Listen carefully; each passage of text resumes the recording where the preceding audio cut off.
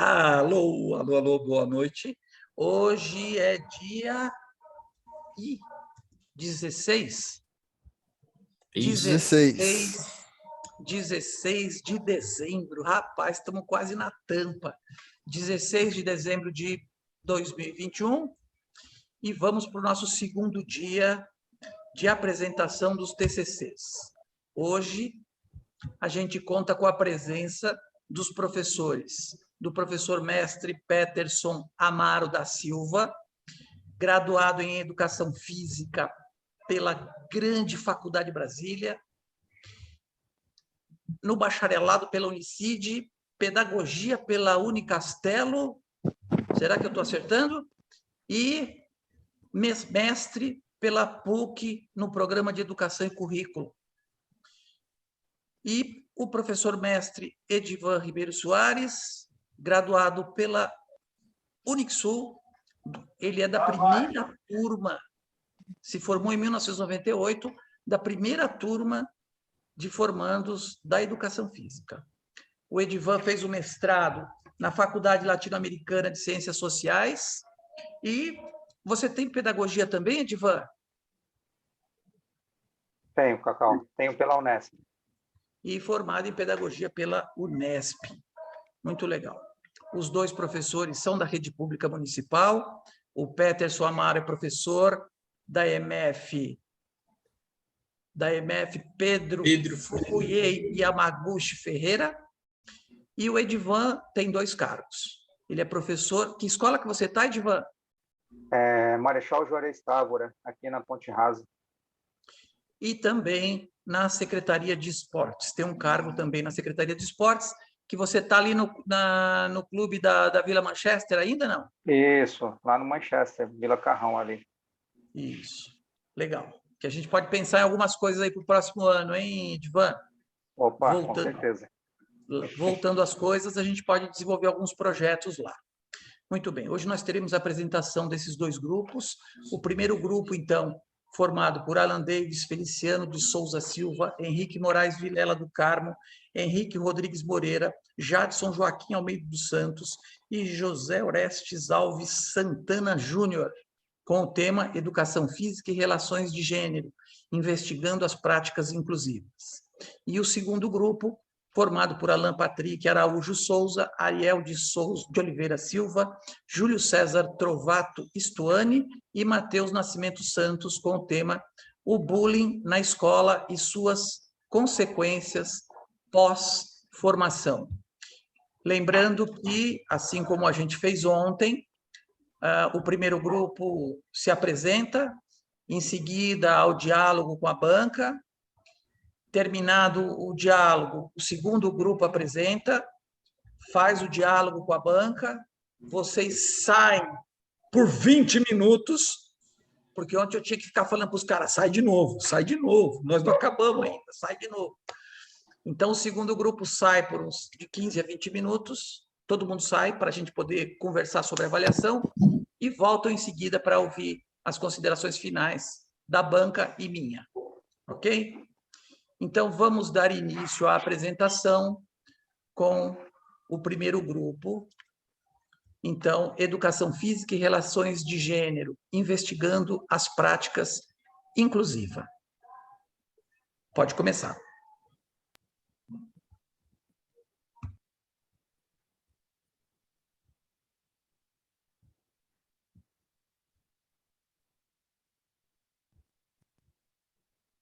Bom, só para explicar, nós fizemos o nosso TCC por meio de um vídeo, tá bom? Vou apresentar o vídeo. No final, a gente abre para a banca poder fazer as perguntas.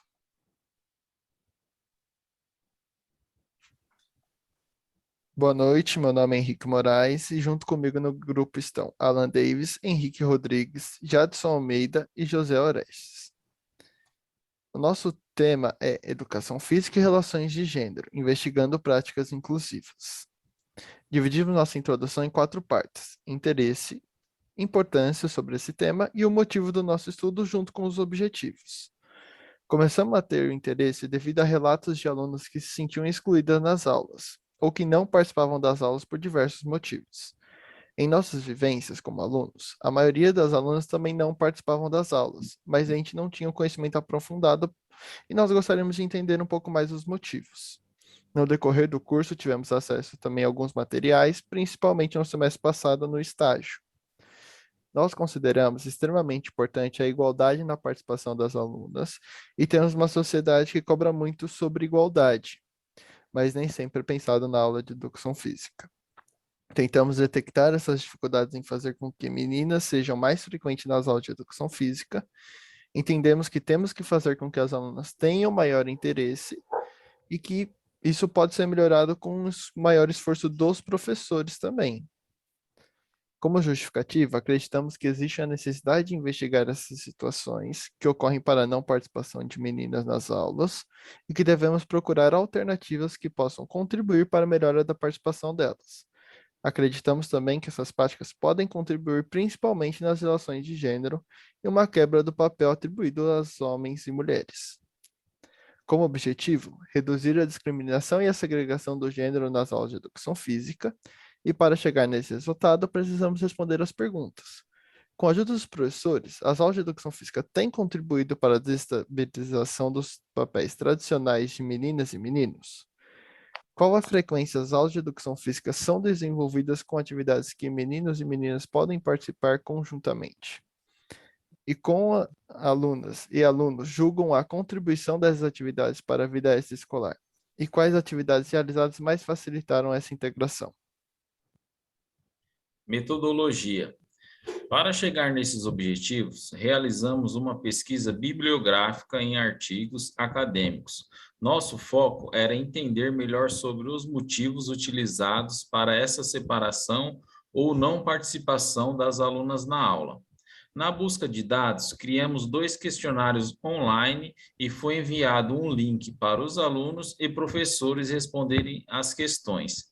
Para se obter uma conclusão baseada nas respostas adquiridas, vale lembrar que não podemos generalizar o resultado obtido, mas ele pode representar uma maior parte de alunos. Os participantes das pesquisas são alunos de rede pública e privada, de ambos os gêneros, estudantes do 6º e 9º ano do ensino fundamental e 3º ano do ensino médio, com idade de 11 a 18 anos. A pesquisa também foi enviada a professores da rede pública municipal, de ambos os gêneros, com faixa etária de 28 a 59 anos, com formação desde graduado a mestrado, com tempo de atuação como professor desde menos de 3 anos até mais de 10 anos, docentes, ministrando aulas para o ensino fundamental 1, ensino fundamental 2 e o ensino médio. Desenvolvimento sócio-histórico. Trouxemos algumas citações de autores para melhor esclarecimento deste desenvolvimento. Questões de gênero vêm desde a época higienista, onde meninos tinham aulas com professores e meninas com professoras, e continuou um pouco depois na educação física tecnicista, no qual um dos focos era a educação física esportiva, que tinha um foco em formar atletas, por isso, novamente, a educação física era separar por gêneros, segundo o Principal Júnior, 2018. E segundo Dornelles e Fraga, 2009, a separação de meninas e meninas foi se configurando em diversas formas, desde a institucionalizações de práticas corporais na escola brasileira. Em alguns momentos, essa separação foi regulamentada por lei e decretos em instâncias federais, estaduais e municipais. Historicamente, sempre foi negada a participação de mulheres no futebol, e aos homens essa participação foi praticamente imposta. Por isso que foi criada essa identidade masculina como prática corporal. Não somente o futebol, como qualquer outra atividade que envolva contato físico constante, excessivo, está relacionado com a ideia de masculinidade, segundo o Principal Júnior, 2018. E segundo o Principal Júnior, 2018, somente após a retirada dos documentos oficiais nos anos 80, que a educação física começou a preocupar com os conteúdos de forma pedagógica, considerando os alunos em seus aspectos sociais, culturais, afetivos e físicos. Porém, isso só aconteceu porque as questões de gênero começaram a serem discutidas nos programas de pós-graduação. Análise de dados. Conhecendo os professores. Foram entrevistados 7 professores, sendo 4 do sexo feminino, 3 do sexo masculino, tendo a experiência no mínimo de 3 anos. Podemos ver que a maioria deles, dos professores, com 4 respostas, que tem mais de 10 anos no cargo de professor. Dentre a formação dos professores questionados, tem 2 tem graduação, 4 tem pós-graduação, tem um mestre, e todos contemplam a educação básica, isto é, o ensino fundamental 1, 7, dão aula até o 5º ano, 2 dão aula para fundamental 2 também, né? Aliás, com 6 professores, e também o ensino médio com 1 professor. E agora, os alunos. Quais alunos foram alvo para o questionário? 18 alunos, sendo 8, que é do 3º ano do ensino médio, 6 do 9º ano do ensino fundamental e 4 alunos do 6º ano do ensino fundamental, sendo a maioria delas, no caso, alunas, com 15, e 3 alunos, de diferentes faixas etárias, que varia de 11 a 18 anos. As escolas pelos quais eles estavam estudando, no objeto de pesquisa, são 12 da escola pública da cidade de São Paulo, e outros 6 é da escola privada. E entre todos participam das aulas de educação física. E aí a comparação, na contradição de professores e alunos. Os professores foram questionados com a seguinte pergunta: você já discutiu com seus alunos sobre as questões de gênero, explicando sobre o papel social atribuído a homens e mulheres? Todos os professores disseram que sim, que trabalham as questões de gênero. Já a contradição não aparece porque, feita a mesma pergunta para alunos, 6 responderam que não, enquanto 12, a maioria responderam que sim, que trabalha a questão de gênero. Essa discussão são de extrema importância para a construção de relações iguais entre os gêneros, para findar estereótipos nas práticas corporais, sobretudo na vida do estudante, que nesse processo de construção de identidade é muito importante. Segundo Duarte Mourão, 2007, através de comportamentos compartilhados, libera ou restringe as vivências do adolescente. E aí a importância de passar a questão de gênero na aula de educação física. Quando perguntado sobre se eles, os professores, percebiam se as meninas participam menos das aulas de educação física, se sim, como você trata essa questão? E aí as principais respostas dos professores foram: nos anos iniciais, não tem diferença significativa, isto é, todos participam, mas no ensino fundamental 2, isto é, a partir do 6º ano, e também no ensino médio, as meninas apresentam maior resistência nas aulas de educação física. Entre as propostas de intervenção, foi citado diversificar o conteúdo, ou propor outra atividade, a desmistificação de gênero e sexo, e incentivo para a participação daqueles que não participam muito da aula de educação física. Outro professor respondeu que muitas alunas não participam pelo fato de estarem menstruadas, a falta de incentivo do próprio professor também durante as suas aulas. Já outro professor respondeu que não percebe se ocorre tal situação. E aí outro dado que a gente viu como uma contradição, referente à pergunta com professor e aluno. Com os professores, você já separou meninos e meninas em suas aulas? 6 professores dos 7 disseram que não. 1 apenas disse que já separou.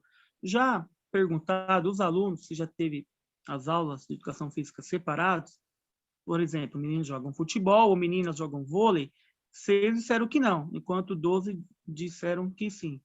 De acordo com as outras respostas desse professor, acreditamos que ele assinalou a alternativa errada, porque mais para frente dá para a gente perceber que teve sim a aula mista, né? Sem a separação.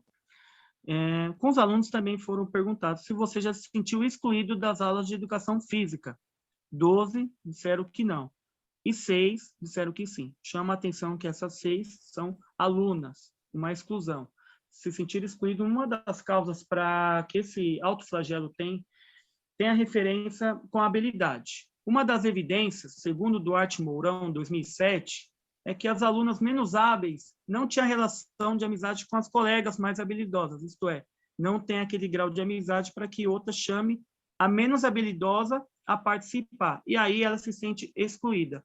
Outra hipótese é que os alunos mais habilidosos são sempre os escolhidos. Então, quem não é habilidoso fica, né, numa evidência possivelmente de fora.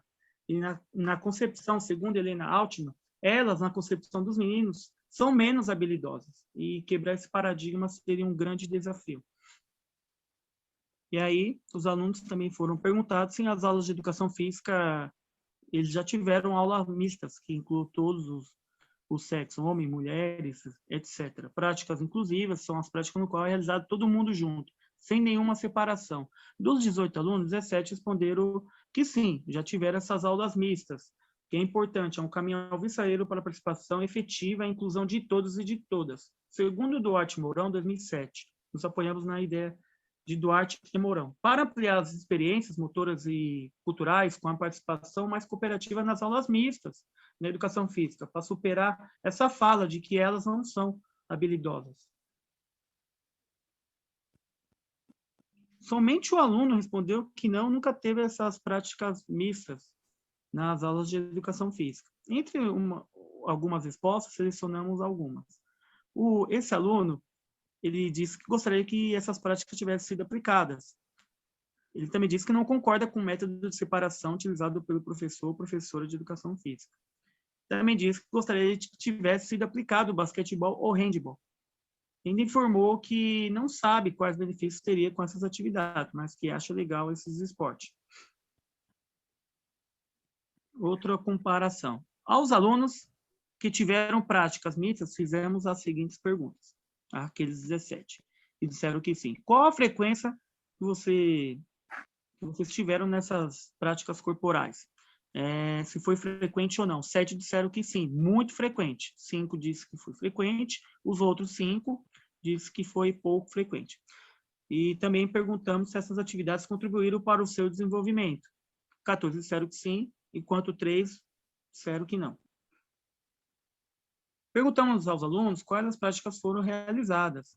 As respostas foram vôlei, queimadas, os esportes mais citados 9 vezes cada. O futebol foi citado 7 vezes. O handebol, citado 3 vezes. O basquete e badminton também foram citados, 2 vezes cada. Já o tênis, lutas, ginástica, frescobol, rouba-bandeira foram citados 1 vez. E aí, a gente também, como objeto de pesquisa, com os alunos, o que aprendeu com essas atividades, o que leva para a sua vida. Podemos ver aí que os que está de verde é o que a gente achou positivo, né? Que esporte, é importante praticar esporte, sempre tem que ajudar os outros, né? Também o que está de azul é que é a promoção de saúde, como aquecimento é importante, que é importante para fomentação de saúde, e o que está em vermelho é o que a gente julgou como uma opinião negativa, né? A gente pensa em ações afirmativas com uma finalidade de corrigir as discriminações, que perpassa pela intervenção do professor, para ter mais respostas positivas. Nos apoiamos na ideia de Vaz 2005. Para a reversão desse processo de desigualdade, requer um investimento que leve o indivíduo a refletir sobre tais práticas sociais, a imprimir essa árdua luta contra as ideologias dominantes que querem naturalizar o que é desigual. Considerações finais. Entendemos que superar a divisão nas aulas de educação física por gênero é uma necessidade emergencial para o desenvolvimento de meninas e meninos. Dos 18 alunos, 6 se sentiram excluídas. Todas são mulheres.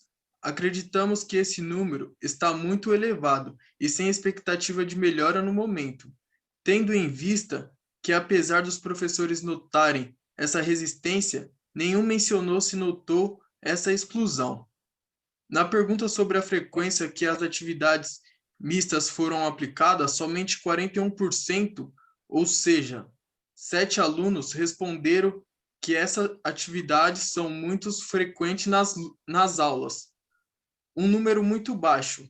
Entendemos os professores devem trabalhar mais com essas práticas, além de demonstrar para os alunos essa importância. É importante o professor perguntar o motivo da não participação dessas alunas e adaptar suas aulas para que elas se sintam confortáveis em realizar.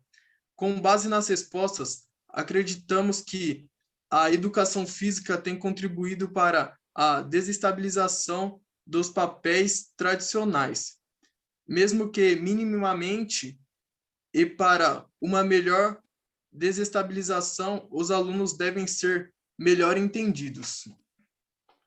Agora vamos deixar em aberto para perguntas finais. E desde já quero agradecer em nome do grupo.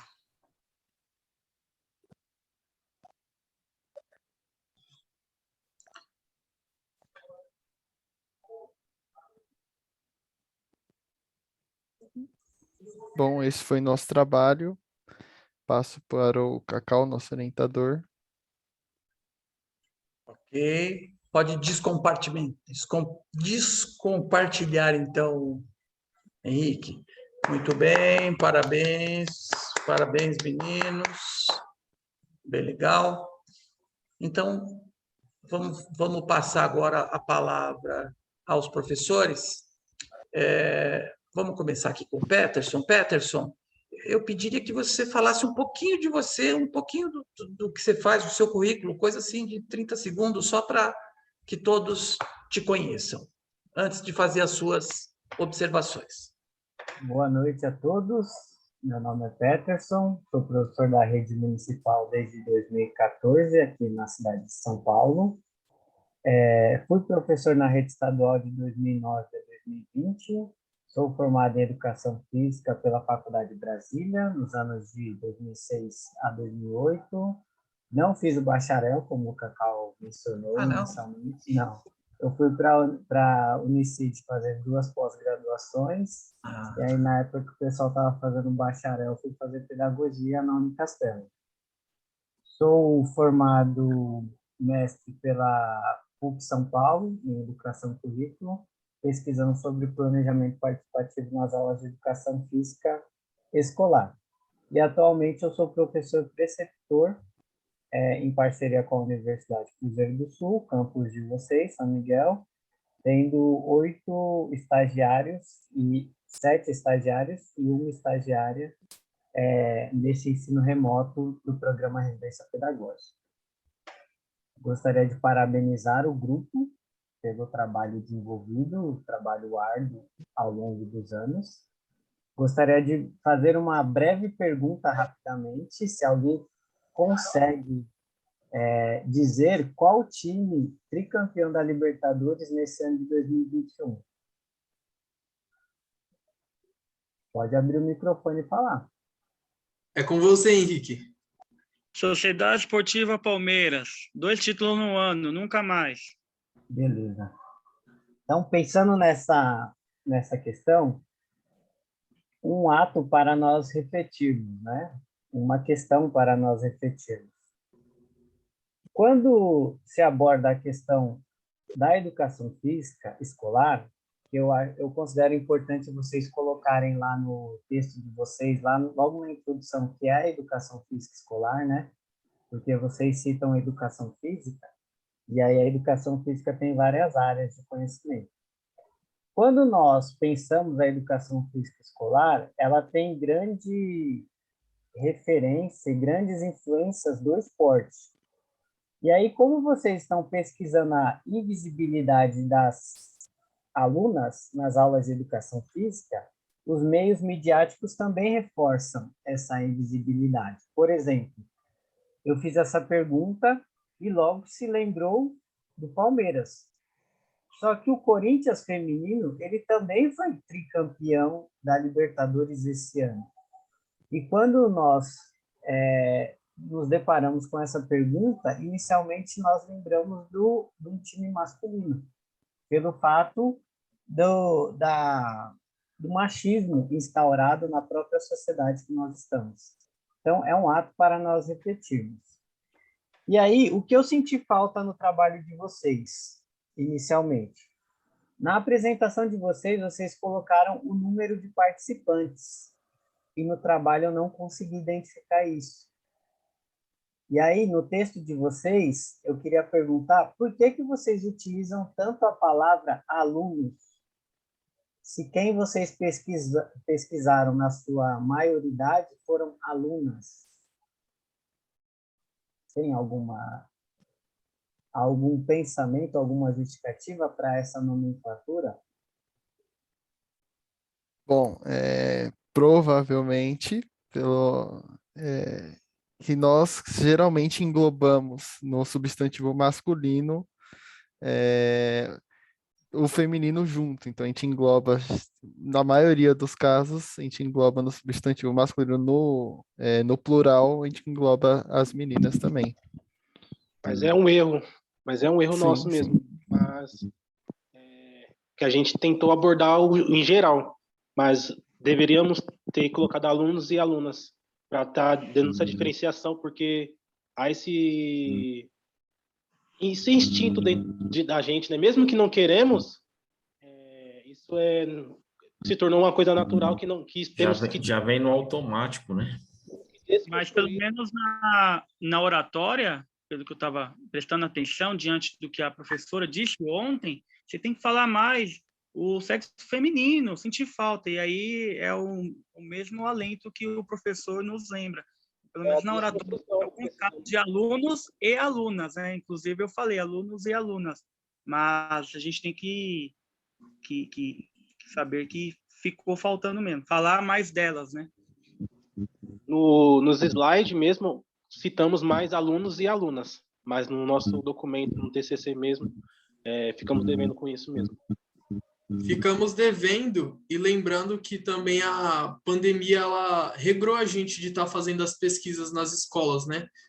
E a pesquisa era em aberto para meninos e meninas. Acabamos pesquisando mais as meninas, né? A participação das meninas.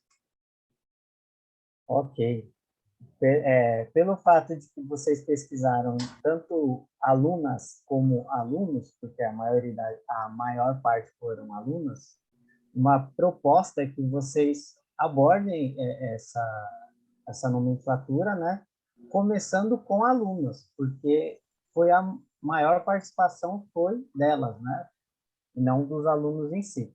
Assim também como o número de participantes de docentes, e aí seja do gênero masculino ou feminino, eu não consegui encontrar no trabalho de vocês, que na apresentação vocês colocaram, e isso é muito importante, só que para uma pessoa que lê o trabalho de vocês e não tem acesso à apresentação de vocês, a pessoa vai ficar pensando quantas pessoas foram entrevistadas, participaram dessa pesquisa.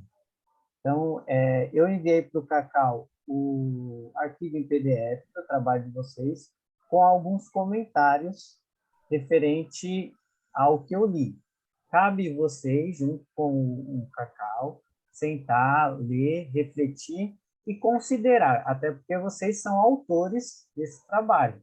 Vocês irão refletir sobre os comentários que ali foram desenvolvidos, se cabe ou não vocês pensarem em levar para frente. E aí, vocês estão com o trabalho de vocês aí aberto em tela?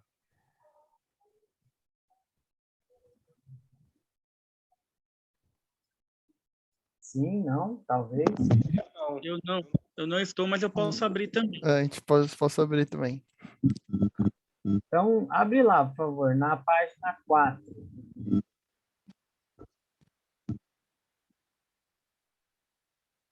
No último parágrafo.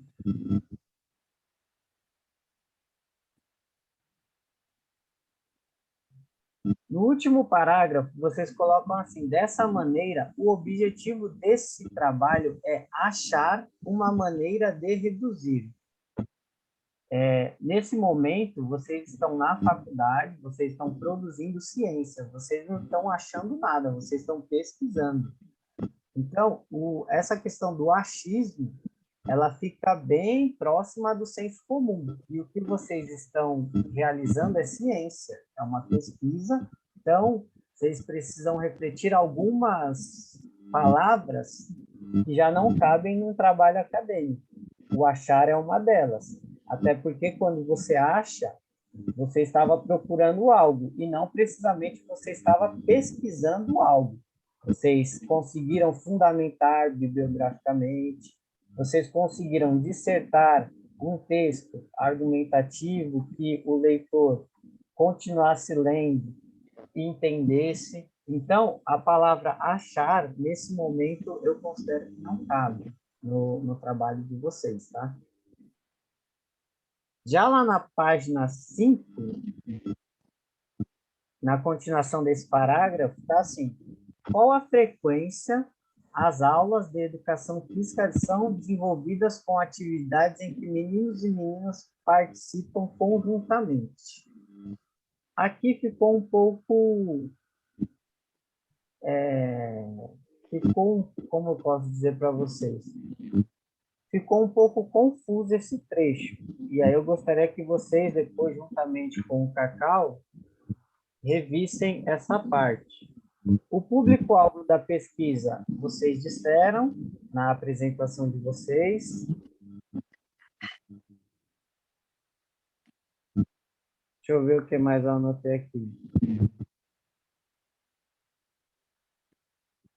Quantas pessoas participaram da pesquisa, o gênero dos professores também. Seria importante vocês colocarem no trabalho de vocês qual o ambiente que vocês desenvolveram essa pesquisa, que foi um ambiente remoto, é isso? O Sim. questionário? O questionário foi feito um link e foi enviado para os alunos e professores, né? Sim, foram quantos professores? Ou professoras, né?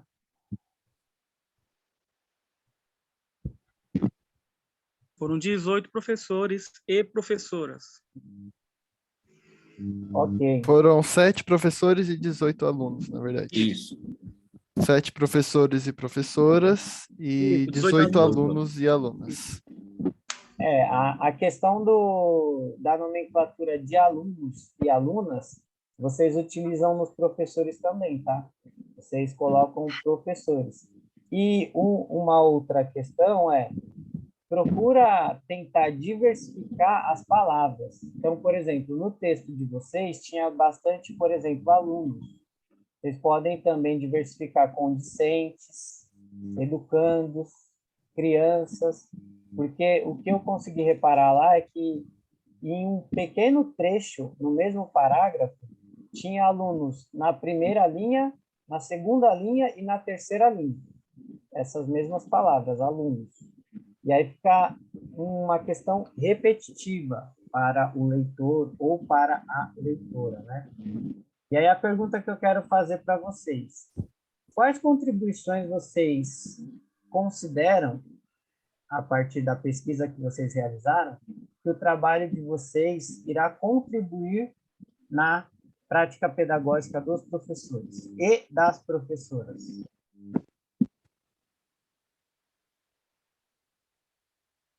Eu acho que Pode falar, são através do nosso trabalho, as pessoas que forem ler o nosso trabalho, elas vão entender o objetivo de trazer, quebrar isso que acontece na sociedade e desenvolver cada vez mais para que não esteja essa desigualdade dentro da educação física. Eu vejo que a contribuição que pode dar é que as alunas, nesse caso, essas estudantes são, de alguma maneira, até esquecidas ou até desmotivadas. Até teve uma resposta de uma delas e o professor não motiva. Peraí. Então, são questões que o professor pode ver se ele está motivando, se ele está usando os seus métodos didáticos para que seja passada para os alunos e alunas, os excluídos, né? A classe minoritária, para que, peraí, será que eu estou olhando todo mundo? Inclusive os alunos com deficiência, que também são excluídos em algumas das partes. Então, até está no texto que algumas das alunas se queixam por ser tratado uma habilidade técnica que nem sempre elas têm. Por quê? A gente vê em trabalho, pelo menos eu vi em trabalhos, que o menino ele é estimulado com uma bola, com uma coisa mais frequente do que com as alunas. Então, estimular as alunas seria um caminho alvissareiro que a gente falou sobre aulas mistas, né, que seria uma participação coeducativa. e não todos no mesmo espaço fazendo o que quiser, não. Fazer uma atividade com direção, com sentido, para que o professor olhe a todos e a todas. Eu creio que as duas contradições também que nós colocamos no trabalho, elas são muito importantes para quem está lendo. Às vezes os professores e as professoras não veem que às vezes eles acham que estão passando uma coisa que na verdade não estão, ou não estão deixando claro o que estão passando. Que aí foi a contradição se o professor fala, explica os papéis atribuídos aos homens e mulheres, e os alunos, na verdade, pelo menos 6 deles não tinham percebido isso. E na questão da separação, a maioria, na verdade, praticamente todos, né? A gente colocou lá que aquele nas outras respostas dele, levava a entender que ele também não separava, que ele não separava, no caso, e os alunos, na verdade, responderam que a maioria dos professores separam, sim. Cada grupo vai fazer uma coisa. Então, acho que é uma percepção também do professor entender pelo lado do aluno.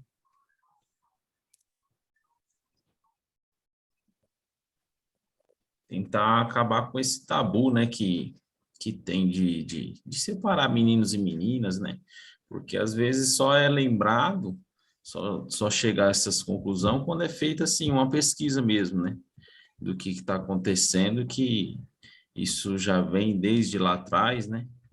Aí a gente tenta um pouco impor, né, a melhoria disso aí, para não estar gerando assim, sendo repetitivo, né? Todos os anos a gente faz um estudo, tenta melhorar, mas muitos acabam esquecendo de novo, né? Então a gente fez isso aí tentando melhorar pelo menos um pouco, né? Ou tentar pelo menos relembrar que isso não pode existir, né? Em relação à não participação das meninas, é importante lembrar que os direitos são iguais, né? Eu uso um exemplo simples para pôr em pauta. A menina que representou o Brasil, né, nas Olimpíadas. Então, tipo, é uma modalidade esportiva a qual existe o preconceito que só os homens pode participar ou praticar o esporte. E uma menina representou o Brasil.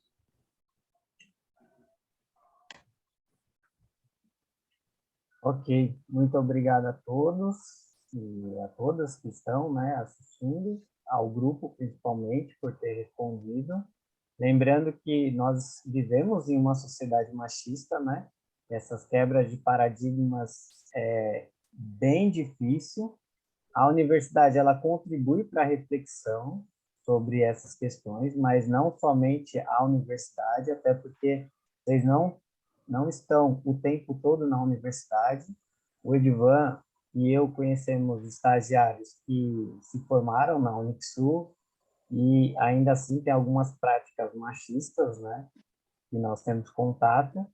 Só que cabe nós refletirmos sobre essas questões dentro da sala de aula, né, e problematizá-las. Então, parabéns a vocês por estarem pesquisando um tema tão espinhoso e também que cabe a reflexão para vocês, tá? Dentro do ambiente educacional escolar, os professores, e a maioria deles, não generalizando, né? A maioria dos docentes e das professoras também, que separam esses alunos e alunas, eles não veem com bons olhos a participação dos estagiários e das estagiárias dentro do ambiente educacional escolar. Vocês precisam ter essa noção que, quando o professor ou a professora desenvolve essas práticas segregadoras, excludentes, os estagiários e as estagiárias não são bem-vindos dentro da escola. Até porque vocês vão estar em um ambiente refletindo sobre aquelas práticas excludentes que aquele professor ou professora está realizando.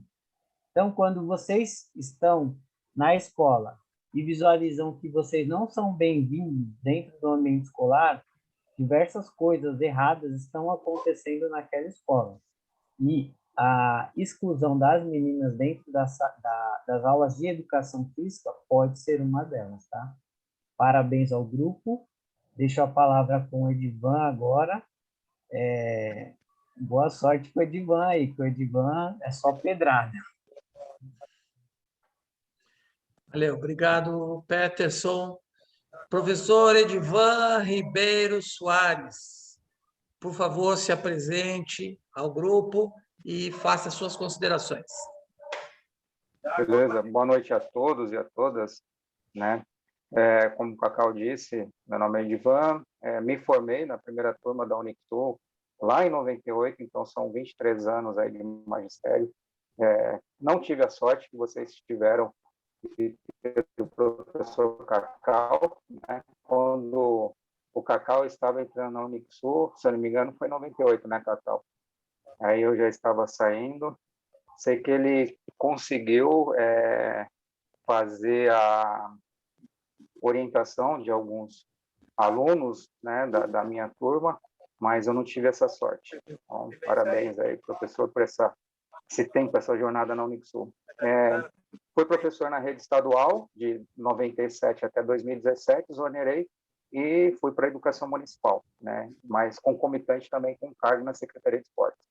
Tenho aí o mestrado em políticas públicas, né, pela Flaxo, né, Faculdade Latino-Americana de Ciências Sociais, e também a pedagogia pela Unesp. Tá? Vamos lá, menino. Eu fiz algumas anotações e depois também, acho que é hábito meu e do Peterson, tudo que a gente pega, a gente lê, a gente rascunha, a gente se ajuda, a gente passa um para o outro, então depois eu também vou estar passando para o Cacau, né, as minhas anotações. Seria importante vocês se debruçarem para ver aonde tem alguns nós, algumas coisas que vocês podem melhorar, e estar discutindo isso com a orientação do Cacau, tá bom? Vamos lá. As mesmas as dificuldades que o Peterson teve na leitura do trabalho de vocês, eu também tive. A questão da quantidade de professores, da quantidade de alunos, isso precisa ser melhor descrito, principalmente lá na metodologia. Acho que vocês apresentam verbalmente, mas isso não está no texto. Então, por exemplo, se eu não tivesse assistido, conforme o Peterson falou, eu teria dificuldade de entender quais eram essas alunas, esses alunos, essas professoras, esses professores.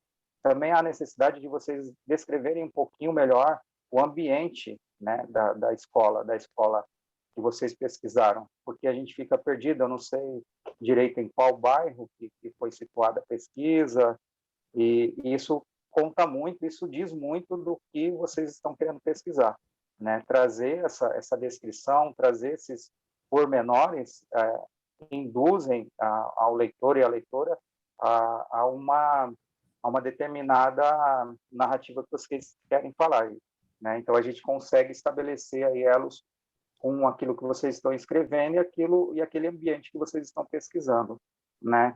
Então isso é bem bacana de vocês estarem fazendo.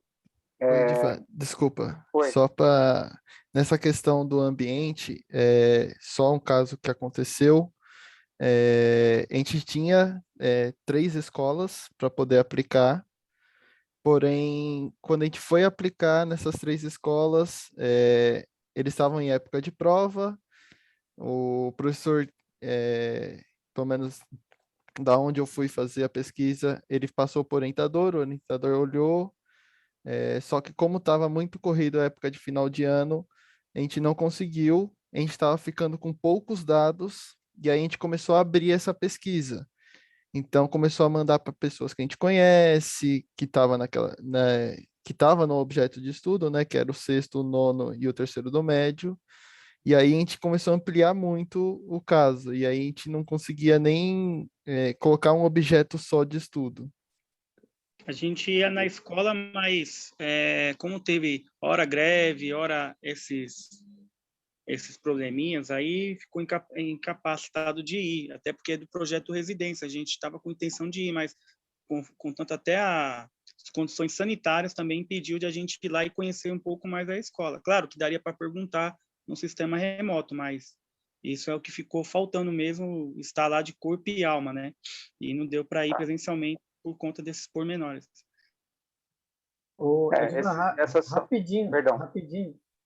Ao grupo, quando acontece isso, vocês podem tentar contextualizar no trabalho, tá? Como lá na MFP foi uma das entrevistadas dos alunos, poderiam colocar que teve um período de greve, teve o período da questão sanitária, teve as provas externas, né, que influenciam e interferem na continuidade do trabalho pedagógico. Vocês podem colocar isso também no trabalho para a pessoa ter uma noção de como foi desenvolvida essa pesquisa. Porque até mesmo um trabalho ele não se desenvolve em ambientes totalmente favoráveis, né? E vocês têm que colocar essas questões que influenciaram de certa forma negativamente, porque nos traz uma riqueza de dados que é extremamente importante para depois a gente conflitar com as informações que vocês estão trazendo no corpo do texto. Então, isso é bacana. Meninos, tem um problema sério com relação ao uso das referências, né? Vocês têm que depois ir lá nas referências de vocês. Tem referência que está com data diferente, por exemplo, vocês citam no corpo do texto 2021, lá nas referências está como 2020. Isso é um problema que vocês têm que estar sanando. Mas isso tudo está... Eu fiz assim, no corpo do texto de vocês, eu coloquei palavras em vermelho, né, como se eu sublinhasse em vermelho, que são os problemas que eu achei mais gritantes, né, que são alguns erros, e o que está em amarelo, aquilo que me chamou mais atenção. Então, depois vocês dão uma olhada com mais calma, né? Deixa eu ver aqui. Então, eu vou já tentar passar para algumas perguntas, e aí eu acho que é interessante vocês começarem a já ir pensando.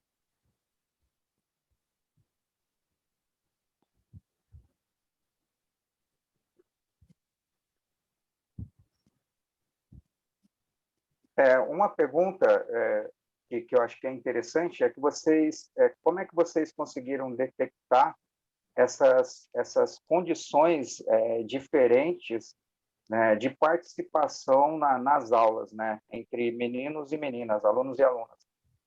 Isso eu não consegui identificar direitinho no texto de vocês. Isso me causa uma dúvida. Então, gostaria que vocês me esclarecessem um pouco mais de como vocês conseguiram detectar, até mesmo por esses pormenores que vocês estão dando agora, da dificuldade que vocês tiveram. Então, acho que seria interessante a gente conversar um pouquinho sobre isso.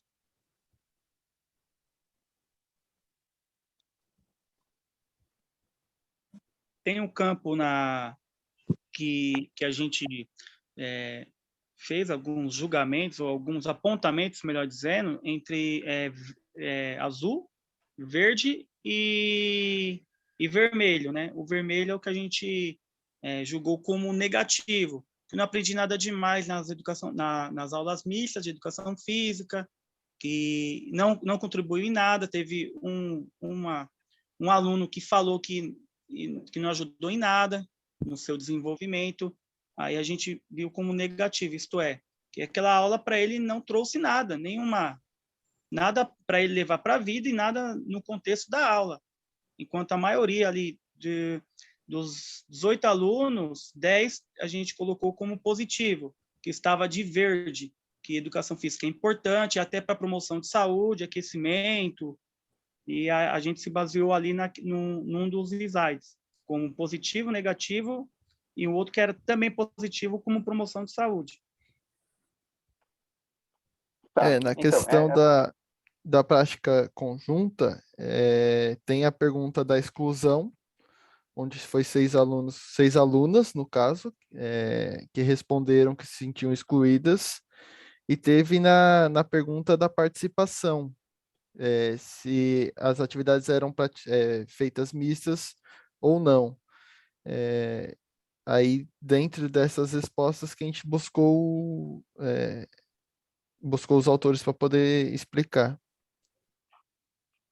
Ok. Porque muitas vezes, ali na hora da leitura, parecia que as coisas estavam misturadas, né? O que era do corpo docente, o que era do discente. Então, eu fiquei nessa dúvida e como vocês conseguiram detectar. Eu gostaria que vocês me falassem também o que é o papel tradicional do menino e da menina. Eu não consegui entender isso que vocês abordam no texto de vocês. O que seriam esses papéis tradicionais? É aquilo que é de senso comum, aquilo que está mais como narrativa social, do que é ser homem, do que é ser mulher, né? E eu Isso. faço a indicação de um artigo para vocês, eu coloquei até o link, que é de dois autores, né? Um autor e uma autora, que é Reis e Pinho, que eles vão falar de gêneros não binários, né? E eles trazem uma discussão muito bacana do que são esses gêneros não binários, e inclusive com uma divisão, né? Falando em 5 possibilidades desses gêneros. Então, o que seria esse papel tradicional, né? Depois, se vocês conseguirem ter acesso a esse texto, vocês vão identificar bastante coisa, porque também remete um pouco dessa discussão na escola. Esses autores, eles falam sobre essas questões também dentro da escola. Então, o que seria essa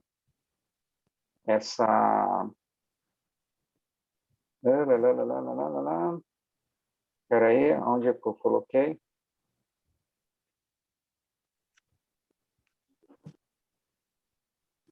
Papéis dos meninos e das meninas, é isso que você está falando? Que eu tinha anotado o termo, Peterson, mas é isso. Eu queria que vocês me A falassem gente um pouquinho mais sobre isso. Isso foi, na verdade, os papéis que são atribuídos, no caso, a meninos e meninas nas aulas de educação física. É aquilo que a gente colocou, que a menina é menos habilidosa, ou igual na resposta que que um dos professores colocou, que elas não participam por causa de menstruação. São esses papéis que as pessoas, como você disse, o senso comum atribui a meninos e meninas, ou a homens e mulheres, é o papel que as pessoas em si, o senso comum, colocam e atribuem nesse caso. E aí, como a gente colocou, a gente queria, na verdade, provocar uma desestabilização desses papéis. Então, até a maioria das nossas referências, na verdade, era mais de história, né? Porque a gente também teve dificuldade de encontrar algumas referências atuais, de coisas atuais, muito mais de história. Acho que isso é uma falta. Creio que no grupo de ontem também, um grupo que falou sobre gêneros, também citou isso, que eles também tiveram essa dificuldade. Então, assim, a maioria dos nossos autores realmente falaram dos papéis tradicionais que eram atribuídos a homens e mulheres. Tá. E uma última pergunta. Vocês afirmam, né? Eu não sei, aí eu fiquei na dúvida se isso é uma ideia de vocês, porque vocês leram aí alguns autores que falam sobre isso, sobre o papel secundário da mulher. Como é que é isso? Porque parece que fica que na contramão daquilo que vocês querem discutir, né? Dessa questão das meninas participarem mais efetivamente nas aulas de educação física. Então, vocês trazem isso no texto de vocês, né? Como se fosse aí uma segunda ordem desse papel feminino, né? Basta ver que a gente teve uma mulher na presidência da República, né? Então, aí não caberia aí a conotação de um papel secundário. Então, me fala um pouquinho sobre isso. A gente colocou na página 5, na visão da sociedade, num parágrafo até na sociedade. Então, é o que a gente percebe nas relações sociais. Né? Eu não consegui identificar se é uma afirmação nossa, mas é uma problematização que a sociedade vê o papel da mulher de maneira secundária. E até na história lá atrás, que as mulheres, até na prática, nas aulas de higienistas, que mulheres eram ficar cuidando fazer a ginástica, mas lá nos tempos, décadas, séculos atrás, era para cuidar dos filhos, né? Enquanto os homens tinham que sair para trabalhar e ainda podemos ver que nas relações sociais esse papel ainda não foi superado, que causa espanto, né? Então, isso foi uma problematização que a gente colocou, que a gente consegue perceber nas relações sociais ainda nos tempos atuais. Essas coisas, essas partes secundárias são coisas não são atuais e não são das nossas palavras. Então, creio que não foram ditos pelas nossas palavras, foram coisas do passado e que a gente vem tentando quebrar através desse TCC foi feito. A gente tenta quebrar porque ainda é um tema da contemporaneidade, né? Ainda a gente consegue ver, mas isso é coisa de mulher, mulher tem que ficar no fogão, essas coisas que a gente ainda consegue ouvir, né? Ouvia quando eu era moleque, ainda a gente consegue ouvir ainda muito pouco, porque a vigilância está melhor, está maior, que bom, né? E também o mais importante, a consciência, né? Está vindo à tona e pegando uma gama maior de pessoas para quebrar esses estereótipos de relações sociais entre gêneros. E trazendo lá para a escola, né, que é o que a gente colocou acho que o Henrique colocou na apresentação, que as meninas, por não serem consideradas habilidosas, mas no nosso trabalho a gente também coloca que isso é por falta da prática em si. Elas não são habilidosas porque elas não participam das aulas, e elas não participam das aulas porque elas não são habilidosas. E aí ela é colocada num papel secundário por causa disso. Então também tem essa questão. Tá. Que Cacau, posso aí mais uma intervenção? Desculpa, perdão, quem estava falando? Não, é que eu ia só complementar o que os meninos estavam falando sobre o papel secundário que fala, até sobre vagas de emprego, salário, né? Porque o homem ganha mais, a mulher ganha menos. É igual o Cacau passou para a gente também numa das aulas dele, lá numa discussão, falando sobre isso aí, né? Que não poderia ter essa desigualdade de salário, de emprego, que o homem é melhor que a mulher nisso. Então, a gente tentou trazer um pouquinho disso daí para tentar diminuir um pouco o que acontece no âmbito escolar. E existe essa desigualdade porque tem uma classe dominante, né? Que age sobre a dominante, né? E aí que dá o sentido de a classe dominante querer atuar sobre a classe dominada, né? Como que sofre são as mulheres, né? Infelizmente, ainda. Entre outras tribos urbanas, digamos assim. Como o professor Peterson mencionou, é fácil vir à memória que o Palmeiras foi campeão e as mulheres sempre ficam na questão secundária.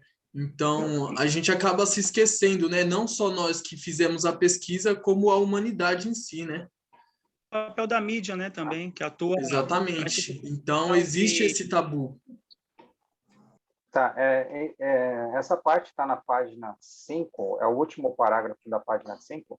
Assim, na sociedade, as mulheres sempre exercem papéis, aí está secundário, né, tem um erro aqui de concordância, em diversos setores, e pensando nisso, esse comportamento pode, né, eu acho que pode, estabelecer-se ou repetir-se nas aulas de educação física. Então, como vocês não estão falando, aí não estão citando um autor, dá a ideia de que é uma ideia que vem de vocês, né? Quem está lendo entende que isso está aí no discurso de vocês, tá? Isso, uma última coisa, Cacau, eu queria saber, por exemplo, vocês agora como professores, né, de educação física, como é que vocês planejariam as atividades facilitadoras? O que seriam essas atividades facilitadoras nas aulas de vocês?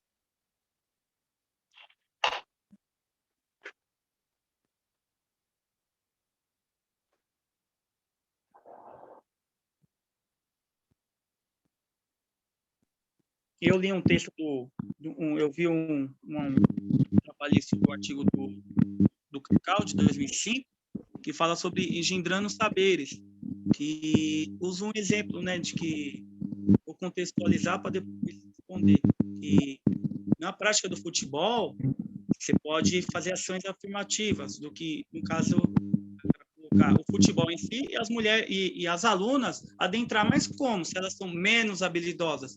Ora, você pode limitar o número de toques dos alunos para que elas participem mais, que elas possam fazer gols, para que elas podem chutar da onde quiser, os alunos só podem fazer gol dentro da área, ou não pode fazer gol. Então, é facilitar a isenção não, a atuação delas, que seria uma prática coeducativa.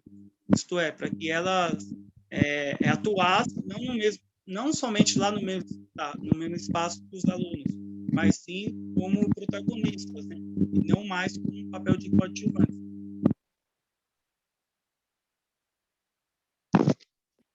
Também trazer atividades que englobe todo mundo, que temos que ver que não tenha diferenças. Trazer atividades que englobe todo o público, feminino quanto o masculino. Eu vejo dessa forma.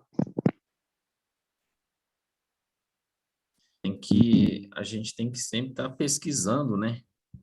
Que as alunas e os alunos mais gostam, para estar fazendo uma concordância, né? Numa aula para estar mesclando uma aula junto com as duas turmas, né? Entre meninos e meninas, né? A gente trouxe até a Altman, né, que fala que a gente tem que empoderar as mulheres, as meninas nas aulas. Então a gente tem que colocar elas como facilitar, no caso, a aula para que eles atuem em conjunto, no caso, sem que os meninos tomem o papel principal. Então, acho que seria mais nesse caso, atividades que coloquem em conjunto os dois, onde os dois consigam atuar juntos, tantos meninos e tantas meninas.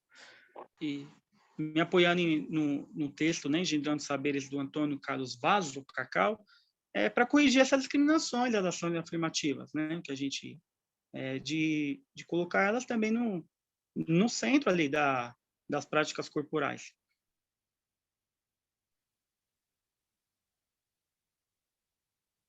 Cacau, estou tranquilo. Não sei se meu Ok. tempo passou, me perdoa. Não. Tá ótimo. Tá dando, deu exatamente 1 hora com esse grupo. Então, parabéns ao grupo. Parabéns, Valeu. meninos. Muito bom. Obrigado, obrigado, Edvan, obrigado, Peterson. Obrigado a todos aí. Obrigado a Agradeço. todo mundo aí. Obrigado, Edivan. Obrigado, Peterson. Obrigado, professor Cacau. E eu agradeço ao grupo também. Dedicação de todos. Que não foi fácil, né? Porque também o tempo que a gente teve para fazer esse trabalho, né, de conclusão, foi curto, né? E o Papai Sim, Orestes, né? Não tem o tempo da gente, dava para colocar bastante coisa a mais aí, mas como a gente também não tinha todo esse tempo e devido à pandemia também que judiou um pouco Prestão, da gente, né? É sempre o tempo, né? E falar em 15 minutos também foi um desafio. Então, é o tempo, Eu a ia gente sempre falar fala, isso agora. mas a deixa gente eu falar uma agradece. coisa. Mas ficou Beleza. bom. Cuidado que o peixe morre pela boca. Não entre em improviso, não começa a querer improvisar, porque você pode pôr tudo a perder. Ô, Certo? Cacau, Oi. posso tentar salvá-los um pouco aqui, do que eles falaram? Pessoal, para nós que somos da classe trabalhadora, o fato de nós estarmos estudando é sempre o fato de nós sermos um guerreiro, porque o sistema é feito para que nós não conseguimos estudar. E aí, com a pesquisa que vocês desenvolveram, com todos os desafios e dificuldades, mostra que na prática docente vai ter isso também. E vocês conseguiram ir além desses desafios e dificuldades. Parabéns a vocês. O contexto escolar não é simples, ele é bem conturbado, mas a escola, as diferentes escolas, né, seja no âmbito privado ou público, ela precisa de professores comprometidos com uma prática educativa humanista e em busca de uma educação de qualidade. E pelo trabalho que vocês desenvolveram, vocês estão pensando nessa concepção. Parabéns a todos vocês. Obrigado aí pela... Valeu, Peterson. Você também contribuiu Valeu, bastante no rapaziada. isso aí. Obrigado a todos aí. Valeu. Parabéns a todos. Vamos agora, então, dar início à segunda apresentação, o bullying na escola e suas consequências pós-formação, com Alan Patrick Araújo Souza, Ariel de Oliveira Silva, Júlio César Trovato Stuani e Matheus Nascimento Santos. Então, como vocês farão a apresentação? Boa noite, professores. Tudo bom? Alguém vai compartilhar? Sim, eu vou compartilhar, professor. Já vou aqui, um instante. Júlio, você Isso. viu que ali embaixo... Não, seja... filé, pô. Opa, pode deixar. Beleza. Bom, vamos lá, então. Boa noite, professores, aos que estão assistindo a gente. Daremos início agora ao nosso trabalho de conclusão de curso, o bullying nas escolas e suas consequências pós-formação. Os autores do... Opa, aqui não estou conseguindo passar aqui. Os autores do trabalho foram Alan Patrick Araújo Souza, Ariel de Oliveira Silva, eu que vos falo, Júlio César Trovato Stuani e Matheus Nascimento Santos. Bom, boa noite a todos. Eu sou o Ariel. Nós demos início à nossa pesquisa com base em evidências a fim de orientar a todos sobre a prática do bullying, conhecer as suas principais motivações, como identificar os agressores, os tipos de vítimas e as consequências que essa prática gera, tanto nos âmbitos escolares, como principalmente na pós-formação, e, é claro, como combatê-la. Pretendemos investigar as mais diversas consequências causadas pela prática, isto levando em consideração o momento que os alunos dão início aos primeiros anos do ensino e até o término do ensino médio, e como isso interfere diretamente em seus estudos e desenvolvimentos, relacionando toda essa junção com traumas, problemas psicológicos e até mesmo físicos pré- e pós-formação. E como não poderia faltar, abordar o comportamento dos professores, da escola, em relação às vítimas, como eles reagem ouvindo os alunos que passaram por esse tipo de problema, e se eles também, como professores junto à escola, se já sofreram esse tipo de ataque ou prática do bullying. Achamos importante abordar esse tema para passar um pouco mais do real conhecimento da prática e saber como combater. Saber como combater e a quem recorrer quando precisar. Isso sendo você conseguindo identificar a vítima e o agressor. E também conhecer um pouco mais sobre o que afetou na vida desses alunos e alunas, quando saíram da escola, os traumas sociais e relacionamentos, a fim de evitar a prática lá no início, que os nossos alunos têm que passar por esses problemas de desenvolvimento e também no engajamento da escola. Para levantamento desses dados de pesquisas, usamos questionários online e análise de dados. E tentamos coletar o máximo possível de informação. E essa pesquisa foi voltada para a opinião dos alunos e também a dos professores, que foi crucial para a fundamentação dessa pesquisa. E com isso, surgiram os seguintes problemas de pesquisa, como vocês podem ver no slide, que são conhecer quantos alunos já sofreram bullying no âmbito escolar. A escola toma providências quanto às agressões. Só o aluno que sofre bullying, os professores também já sofreram, como eu havia dito. O bullying interfere no rendimento escolar e dos estudantes. E quais as consequências pós-formação que podem vir a ser desenvolvidas e um alvo de agressão. Podemos seguir assim para a nossa metodologia. Boa noite a todos, os professores aí, os amigos da classe. Na metodologia de pesquisa que fizemos do nosso trabalho, né, nós usamos como forma de pesquisa um questionário, né, com os alunos e os professores, né, e antes da proposta de intervenção propriamente dita, e para saber se ela se justifica ou não neste universo estudado, foi preciso inicialmente conhecer e levantar os dados pertinentes a ele. como método de pesquisa para identificar a presença ou não do fenômeno bullying, bem como a quantificação e a qualificação do mesmo. Foi aplicado o questionário sobre o bullying para os alunos e professores. Segundo nossa pesquisa, foram considerados como bullying fatos isolados que configuram agressões e conflitos escolares, e não propriamente o bullying.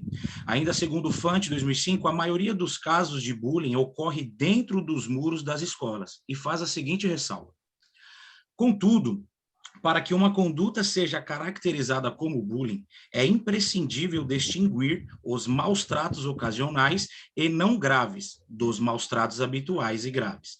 Em vista disso, as características mais comuns determinadas para os atos de bullying entre os alunos são: comportamentos produzidos de forma repetitiva num período prolongado de tempo contra uma mesma vítima, apresentam uma relação de desequilíbrio de poder, o que dificulta a defesa da vítima, ocorrem sem motivações evidentes e são comportamentos deliberados e danosos. E segundo Silva, 2010, dificilmente a vítima recebe apenas um tipo de maus-tratos. Normalmente, os comportamentos desrespeitosos dos bullies costumam ser mesclados de várias modalidades. Essa mesclagem de diferentes formas de agressão aparece nitidamente dentro da nossa pesquisa. Bom, boa noite a todos, boa noite aos professores. Meu nome é Alan, eu vim falar um pouco mais sobre a nossa análise de dados, né? A gente fez uma pesquisa online. Boa noite, meu microfone está funcionando. Meu nome é Alan. Meu nome é Alan e eu vim falar um pouco mais sobre a análise de dados que nós coletamos com as nossas pesquisas, né, os nossos questionários online, também com nossas entrevistas. Bom, a gente vê um percentual muito grande de alunos que sofrem o bullying nas escolas, né? Tanto alunos como alunos, um percentual muito grande, né, nas escolas. A gente focou mais nas escolas aqui mesmo da Zona Leste, né, que estão mais ao nosso alcance, mas a gente sabe que essa realidade se passa em todas as escolas do Brasil inteiro, né, e até do mundo. E também a gente chegou a perguntar para os alunos e até mesmo os professores a relação que a escola toma em relação a esse problema do bullying, né? E se ela toma alguma providência com o agressor, se penaliza, se comunica aos pais, se toma alguma atitude realmente para prevenir isso e até para realmente distinguir das nossas escolas. Temos também professores, né, que praticam o bullying muitas vezes nas escolas, né? Perguntamos aos alunos se eles já presenciaram isso, né, no seu dia a dia. E foi bem grande o resultado que os alunos presenciaram isso no seu dia a dia, né? Ainda tem uma grande taxa que felizmente, né, não presenciou isso. Isso já dá um alívio, mas a taxa dos alunos que presenciaram ainda é realmente muito grande, causa bastante preocupação. Falamos também sobre o bullying sofrido pelo professor, né?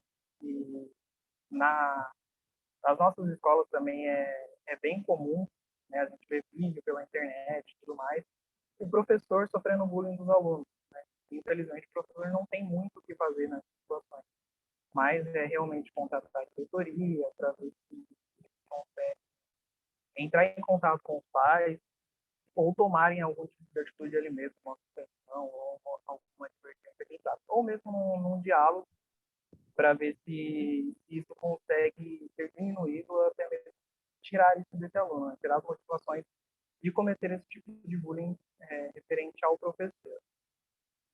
Ô, Alan, só um minutinho, desculpa interromper. O Júlio pediu para avisar que ele caiu a conexão dele, tá? Por isso que o nosso slide aí caiu, não conseguiu passar, tá bom? Mas eu acho que ele já está entrando tudo de bem, novo. eu vou seguindo aqui no meu computador. Tá, eu vou ver se eu consigo compartilhar aqui. Tá, enfim. A gente viu também, a gente entrou na questão do desempenho escolar, né? Fizemos essa pergunta para o professor e para as professoras, né, de algumas escolas. A gente abriu o nosso questionário online para um público bem grande. E a nossa taxa de resposta foi de 92%. Tivemos 88 respostas nessa questão, né? foi a seguinte questão. Em suas aulas, você nota a diferença entre alunos que são vítimas de bullying em questão ao desempenho escolar? E tivemos das 88 respostas, 92% dessas respostas foram que sim. E realmente o bullying afeta os alunos e alunas nessa questão de desempenho escolar. Não conseguem desenvolver direito, acabam meio que se escondendo. Isso prejudica no aprendizado do aluno, né, nesse desenvolvimento dele. Isso é muito ruim, porque geralmente os alunos não conseguem compreender os assuntos de aula, e o professor, às vezes, também não consegue compreender a motivação desse aluno de não conseguir acompanhar as aulas, né? Aí fecham com notas vermelhas e acabam até desistindo da escola. Isso traz um problema bem grande para o nosso âmbito escolar, né? Para a nossa realidade escolar, até nos dias atuais. Como o bullying não é uma novidade, né, no nosso dia a dia, isso já vem de bastante tempo e ainda continua até hoje, né? Por isso nós buscamos realmente esse assunto para tentar, né, demonstrar um pouco mais sobre o bullying, o que é o bullying, né, suas motivações e tudo mais, para ver se mais para frente, quem sabe, a gente consiga tirar isso da nossa escola. Agora eu vou passar para as palavras das considerações finais.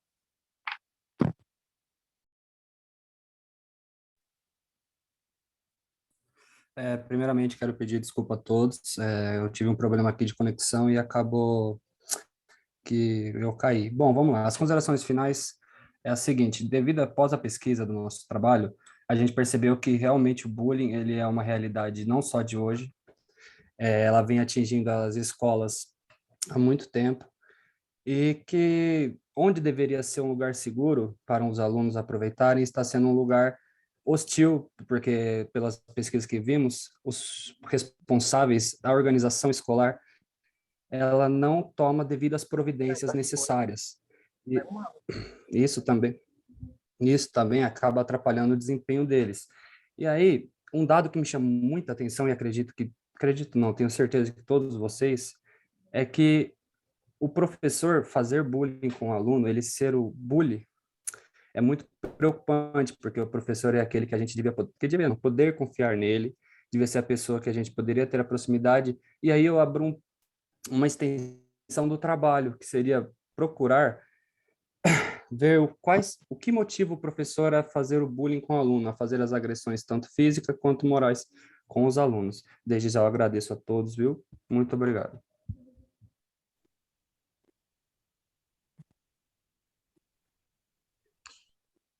Ok, meninos, parabéns.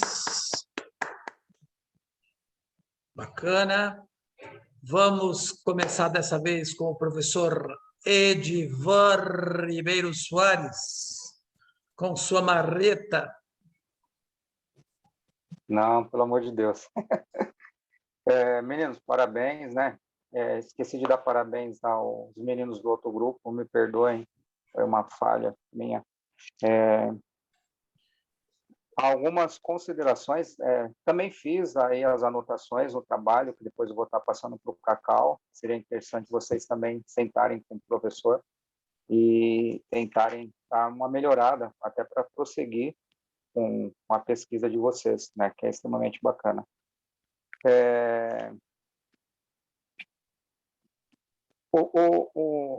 Tem questões aí metodológicas, né? Por exemplo, que nem vocês falam em questionários e entrevistas. Eu não consegui achar as entrevistas no trabalho de vocês, né? Não consegui identificar aonde estão essas entrevistas, né? Porque vocês poderiam estar citando, inclusive, as falas dos professores e das professoras que vocês conseguiram obter durante a entrevista. Ficou mais claro para mim agora essa questão da quantidade, né, de alunos, alunas, e também de professores, porque no texto eu também tive dificuldade de estar entendendo essa quantidade, né?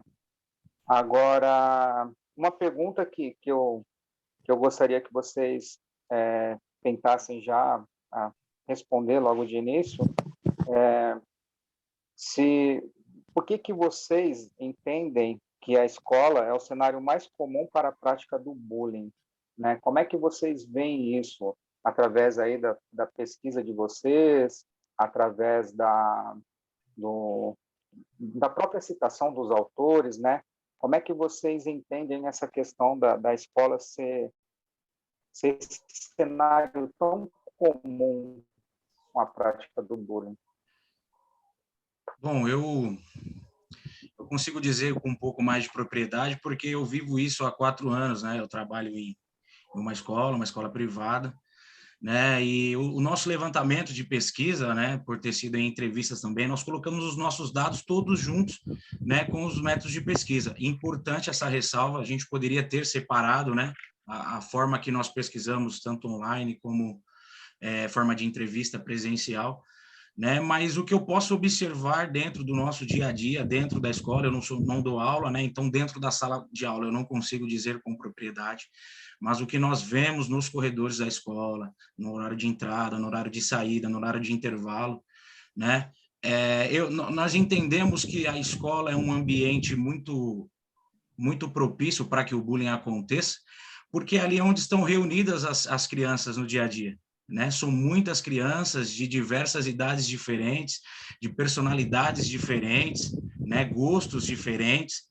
Então, o bullying ele pode se iniciar simplesmente porque um aluno não acha legal a forma que o outro aluno tem com uma amizade, né? Ele tem um ciúmes da amizade que um tem com o outro, gostaria de fazer parte daquele ciclo, né? No horário de intervalo, nas brincadeiras ali, às vezes um se destaca mais do que o outro, dentro das aulas também de educação física e das outras matérias, né? Então, nós entendemos que o ambiente escolar acontece muitos casos de bullying por isso, né? Por vários alunos estarem juntos todos os dias, né? Com características diferentes, né? Às vezes até a personalidade de um aluno seja realmente uma característica maldosa mesmo, né? De tratar mal um amigo, uma amiga, né? Então entendemos isso, né? Pelo ambiente ser propício a que isso aconteça, né? Por estarem ali todos juntos, todos os dias, 5 dias por semana, né? Então entendemos dessa maneira.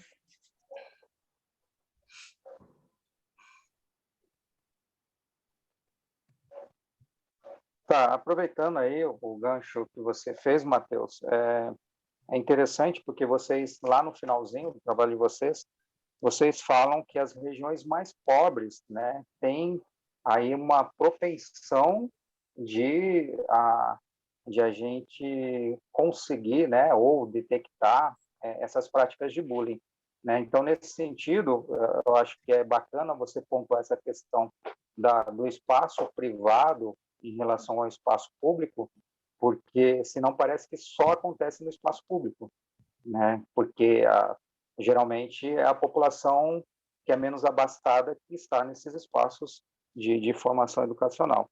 Então, nesse sentido, acho que é importante isso que você traz, né?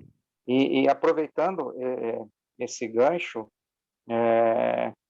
como é que vocês chegam a essa conclusão da questão do ensino brasileiro não ser aí um dos melhores? Isso também me chamou a atenção, né? Porque quando a gente trata da questão educativa, né, da questão educacional, a gente tem que pensar numa série de fatores. Até mesmo quando a gente pensa no bullying, pensar que ele também acontece em outros espaços para além da escola, né? Então, eu gostaria que vocês me trouxessem um pouquinho mais dessa concepção que vocês tiveram, tanto na pesquisa como nos textos que vocês leram.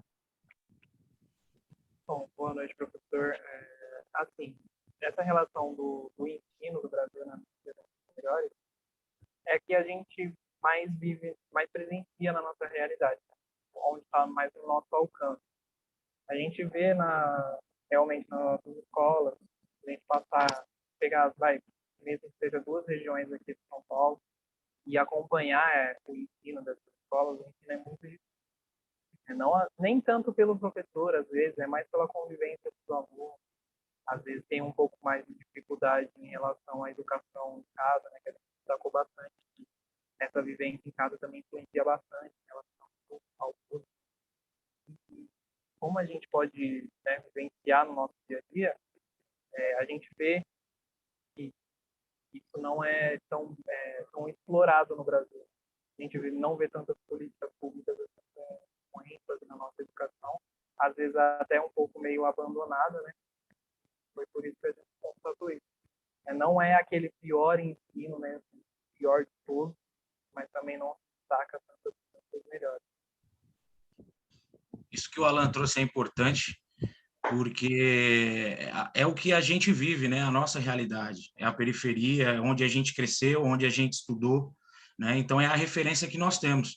Eu pude trazer um pouco mais sobre o ensino privado por hoje poder trabalhar numa escola particular, num bairro de classe média alta, e poder ver como é a realidade dentro dessas escolas, poder ter vivenciado os dois lados, né? Ter estudado a minha vida inteira numa escola pública na periferia e hoje poder trabalhar com o ensino privado, o ensino particular de um bairro nobre, né? E eu posso afirmar para vocês que é diferente, é diferente. Os dados que trouxemos que de na periferia ser maior é verdade. Eu não sei se pela forma da educação, né, da educação que vem dentro de casa, né, mas é diferente. Não vou falar para vocês que não existe dentro da escola particular de um bairro nobre. Existe e existe bastante. Mas por ter vivido, posso afirmar para vocês que no ensino público é maior, né? E como eu expliquei, talvez por a educação ser diferente, a vivência com pessoas diferentes, com hábitos diferentes, né, características diferentes, né? Então, conseguimos trazer ali o que nós vivemos. E eu pude trazer para o nosso trabalho um pouquinho do que eu presencio hoje trabalhando, né, na escola privada. Tá. Então, é nesse sentido que eu estou tentando aí chamar a atenção de vocês com relação às generalizações, né? Quando a gente generaliza, parece que está tudo dentro do mesmo bojo, está tudo dentro do mesmo ali patamar, né, de ação. E isso é complicado, porque quando a gente lê, a gente fica na dúvida se isso é um pensamento de vocês ou foi algo que vocês já trouxeram dos autores. Só para, como exemplo, né, citar que eu trabalhei numa escola nos anos 2000, aqui na região de São Miguel Paulista, que é basicamente colada ao Rio Tietê. Na época chamava União de Vila Nova, né? Não sei como é que chama hoje. Parece que é alguma coisa de São Martim, tem um nome diferente. E, pedagogicamente falando, foi uma das escolas melhores que eu trabalhei, né? De ter que sair correndo atrás de tênis para as crianças, ter que sair pedindo, pelo amor de Deus, para as professoras e para os professores ajudarem a comprar algo para a gente poder sair, fazer uma atividade externa. Então, é uma escola que está dentro de um bairro, está inserida num bairro de extrema vulnerabilidade. Então, nesse sentido que eu falo que a gente tem que tomar um pouquinho de cuidado com as generalizações, porque senão parece que a gente está falando que só os espaços que são aí ditos da ponta, né, que eu não gosto muito desse termo, falar que a gente está na ponta, que aí parece que a política pública nunca chega para a gente, mas apesar que também muitas vezes não chega, porque a gente sabe que isso tudo tem um endereço, tem um destino, né? A política pública muitas vezes ela versa as classes mais abastadas. Então, só para chamar a atenção um pouquinho de vocês nesse sentido, né? Uma outra questão aí para passar para o Peterson, senão o bigode dele impõe respeito.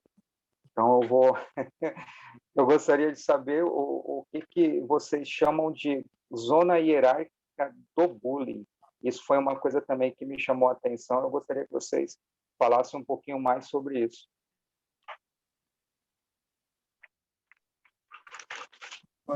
Então, em relação a essa zona hierárquica do bullying, tem um autor, né,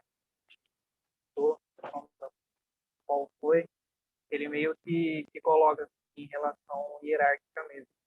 Por exemplo, o agressor, né, aí vem um abaixo dele, que seria a vítima, aí embaixo da vítima já vem, né, vem também uma terceira pessoa, que seria o agressor, entendeu? E isso vai meio que colocando as pessoas em seus devidos lugares, entendeu?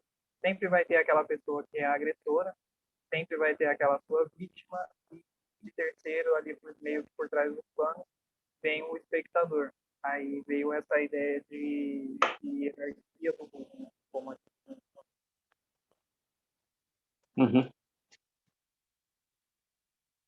Cacau, estou tranquilo. Ok, Divan, obrigado. Passamos então a palavra ao professor Peterson Amaro da Silva. Boa noite a todos e a todas. Parabéns pelo trabalho que vocês desenvolveram.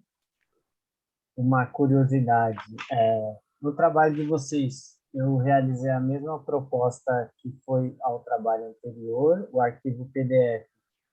Coloquei alguns comentários lá, enviei para o Cacau, depois ele envia para vocês, vocês leem, refletem e visualizam o que pode ser, o que pode contribuir daqueles comentários no trabalho de vocês. Como vocês foram autores desse trabalho, vocês precisam ter também autonomia para refletir sobre o que vocês consideram que pode alavancar o trabalho ou o que não pode também. É uma autonomia de vocês. As páginas do trabalho não estão numeradas. Vocês colocaram um sumário lá e as páginas não estão numeradas. Algumas páginas não estão com a mesma numeração, né? Por exemplo, apêndice lá, as duas apêndices, ela tem a numeração 14. E aí depois vocês visualizam isso.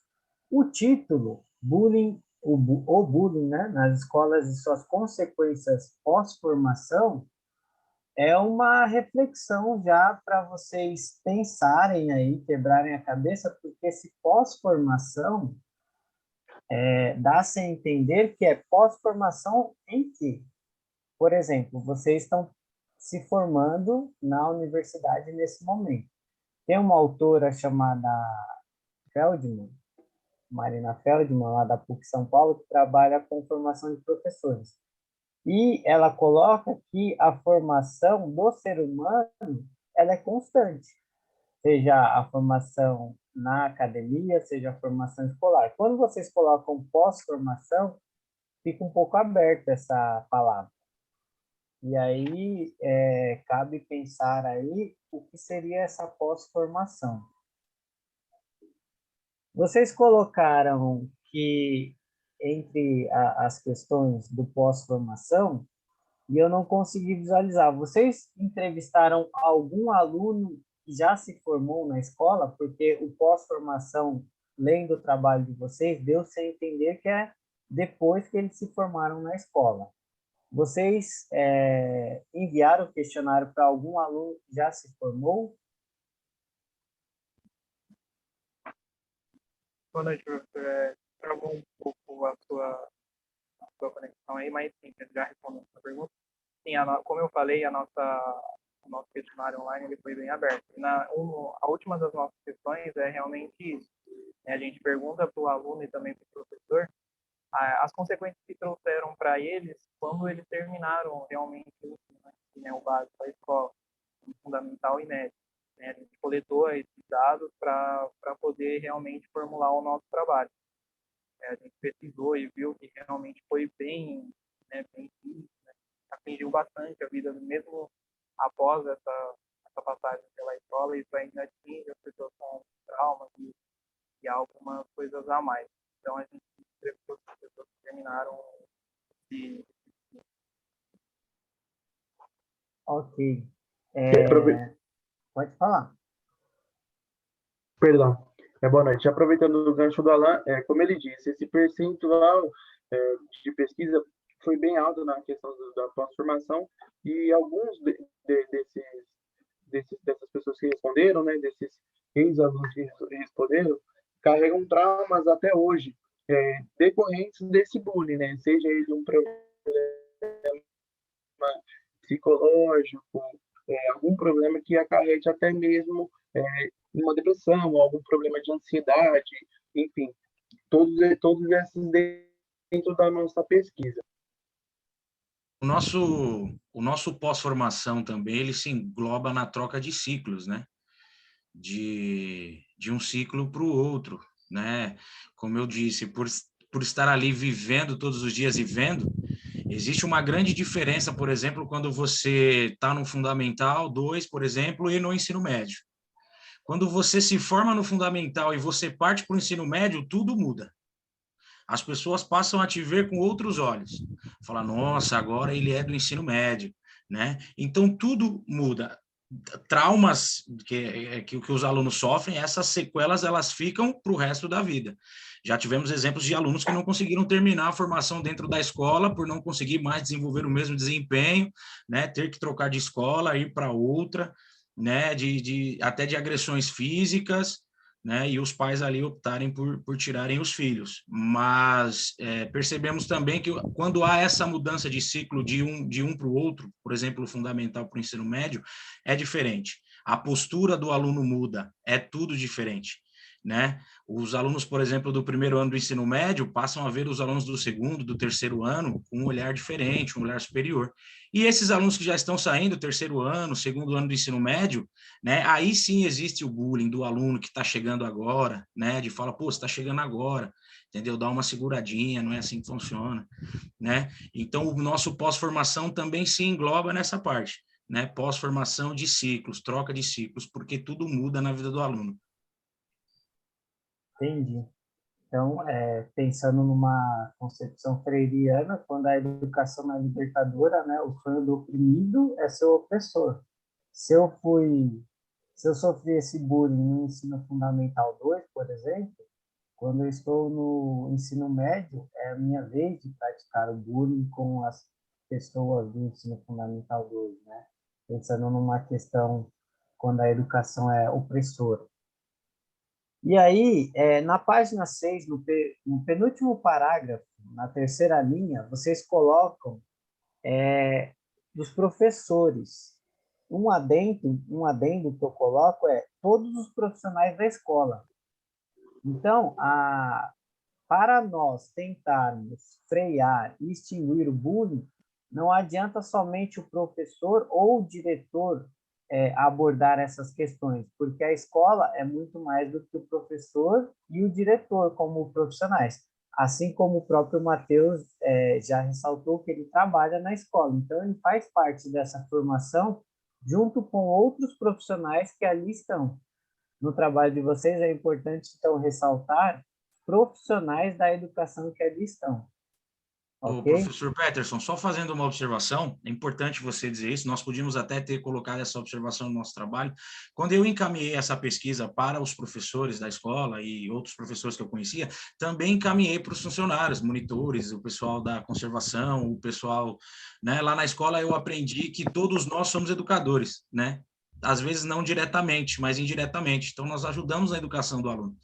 Né? Então, por eu já ter essa visão, quando eu encaminhei para todos, o pessoal da secretaria, direção, então todos ajudaram a gente nessa pesquisa. Podíamos ter colocado essa observação no trabalho, mas dentro daquelas estatísticas que temos, também temos opiniões aí, respostas de funcionários da escola. Ok. O que eu senti falta no trabalho de vocês? O ano que os professores lecionam, ou os alunos que responderam a questão, se ele é do oitavo, assim como vocês colocaram, né? Se ele é do oitavo, se ele é do primeiro ano do colegial, se ele é do segundo, se ele é do terceiro. Há quanto tempo o aluno que, na pós-formação da educação básica, se formou? Porque, dependendo do contexto histórico-social, isso influencia também. Eu senti falta disso no trabalho. Tanto é que tem até um jogo de videogame que se chama Bully, que fala sobre a questão do bullying. Lá no primeiro parágrafo da página 13, na linha 3, assim como eu ressaltei anteriormente no outro grupo, para vocês também, a palavra achar não é muito boa para um trabalho acadêmico. Assim como o outro grupo, vocês pesquisaram, vocês desenvolveram um questionário, vocês leram um artigo científico, vocês fundamentaram, vocês desenvolveram um texto, um pouco textual, e no momento de achar, não, é refletir sobre, é pensar sobre. Essa questão do achar pode gerar algumas cascas de banana, né, como às vezes o professor Marcos Garcia Meira fala, no seu trabalho, que pode desqualificar uma pesquisa muito importante que vocês desenvolveram. Então, a palavra achar não é muito boa. Apêndice número 1, se vocês estiverem aí com o trabalho na tela, na apêndice número 1, tem uma questão que ela se repete. Na última questão está assim: a escola toma as devidas atitudes para quem pratica o bullying. E aí, essa questão se repete. A última questão da apêndice 1 e a quinta questão. Se vocês visualizarem aí, na quinta questão da apêndice 1 e na última questão, é a mesma pergunta. Que é assim: a escola toma as devidas atitudes para quem pratica o bullying. Depois vocês visualizam. Se vocês estiverem abertos, vocês já podem visualizar. Na metodologia... São questionários para professores e para alunos. São 2 questionários para cada um.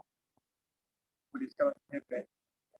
Então, mas acho que o recorte, então, ficou errado, porque ela ficou... Essa pergunta, ela se repetiu na apêndice 1. Então, provavelmente foi realmente... Eu estou vendo aqui que a apêndice 2 é para os alunos e a apêndice 1 é para os professores, não é isso? Isso. Beleza, Então, aí você... foi a colagem. Acontece. O trabalho acadêmico é assim, como outro grupo também, que eu esqueci de ressaltar, você fica tanto tempo escrevendo aquilo que começa a ter uma visualização viciada, que você não consegue mais encontrar alguns erros. Até porque nós somos seres humanos, nós ficamos cansados, né? E aí algumas questões passam. E aí a pergunta é, na metodologia...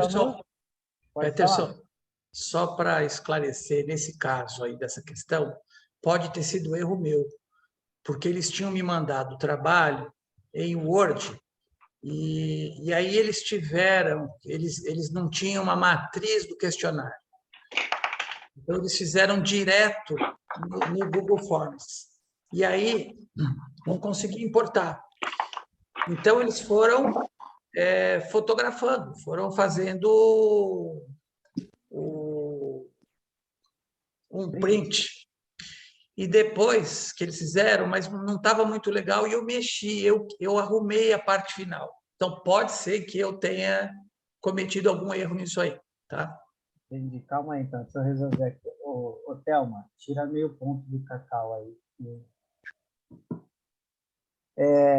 Na metodologia de vocês, eu não consegui encontrar o número de participantes. No gráfico, eu consegui, que são 64, não é isso? Erro meu, Peterson, perdão. Eu fiquei com a parte da metodologia, escrevi e acabei esquecendo de colocar essas observações. Perdão, viu?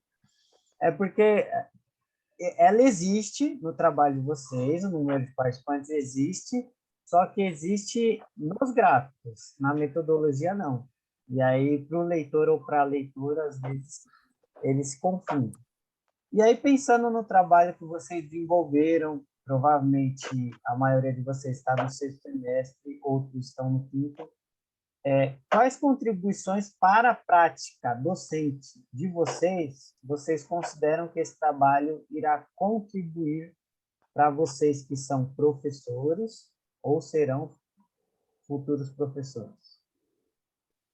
Então, como a gente até mencionou na consultação atrás, é como se fosse mais uma orientação, né, para os futuros que vão chegar aí, né, e até mesmo para os alunos, para reconhecer, né, o que é realmente o bullying, tá? Qual as origens, né, digamos assim, tudo mais, o que pode ou não motivar, né, a prática do bullying, para que essas práticas sejam reconhecidas e encontradas maneiras, né, para poder se lutar contra isso.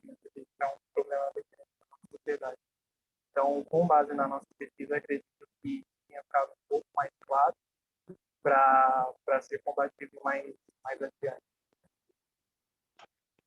Para a gente poder desenvolver, para a gente poder desenvolver o nosso trabalho, a gente teve que aprender um pouco, né, sobre o que é o bullying, aonde ele surgiu, né, aonde ele ocorre, né, e é importante para nós, como futuros professores, eu englobo até toda a nossa sala, né, nós sabermos o que é, né, eu trabalho em um colégio cristão, então isso é algo que é pontuado todos os dias dentro da escola, né, eu posso dizer para vocês que é como se fosse inadmissível, né, existir o bullying dentro da escola pelo trabalho que é feito todos os dias, né? Então, é importante a gente conhecer, a gente saber, né, a gente colocar em prática o que a gente aprendeu, a igualdade, somos todos iguais, não somos diferentes de ninguém, né? Não temos o direito, né? Dentro dessas pesquisas eu aprendi que brincadeira é quando todo mundo dá risada. Se um não dá risada, aí já não é mais brincadeira, né? Então, para trazermos para dentro da nossa sala de aula, é isso, né? Tipo, somos todos iguais, não somos diferentes de ninguém, não temos direito de ferir ninguém, independente da forma que ela seja, fisicamente, enfim, nós não temos o direito, então, de julgar essas pessoas, né? Igualdade em todos os ambientes que formos. E isso traz para a gente que devemos ficar sempre de olho aberto, não só como professores, né, como falamos, mas sim como agentes escolares ou até mesmo na posição de alunos. O bullying ali, ele não se restrita somente dentro da sala de aula, sim pelos corredores. Então, com a ampliação dessa pesquisa e desse trabalho, a gente pode entender e identificar quando aquilo se torna brincadeira, como o Matheus falou, e quando já passa do ponto de não ser mais considerado uma brincadeira, sim uma ofensa que traz diversos tipos de risco. Então, de certa forma, isso abre nossos olhos, né? Fazendo um pouco também da minha experiência, que há 4 meses eu estou trabalhando como agente organizacional em uma escola estadual de Itaquá. No começo eu não sabia realmente como lidar com situações onde as crianças elas distribuíam ofensas entre si, se batiam, e eu não sabia como lidar realmente. E a partir da nossa pesquisa, eu fui começando a trazer um pouco de, por que a gente não senta, não conversa, conscientiza? Então esse trabalho vai trazer muito, primeiro, para mim agora como agente escolar, e também futuramente como professor de educação física, né? Porque assim, dá para trabalhar, mesmo sendo agente, como o senhor falou, todos os funcionários têm que ser responsáveis pela conscientização. Eu estudei bastante por 12 anos numa escola particular, no SESI, e lá sempre batiam na mesma tecla, faziam seminários frequentes, principalmente em setembro, né?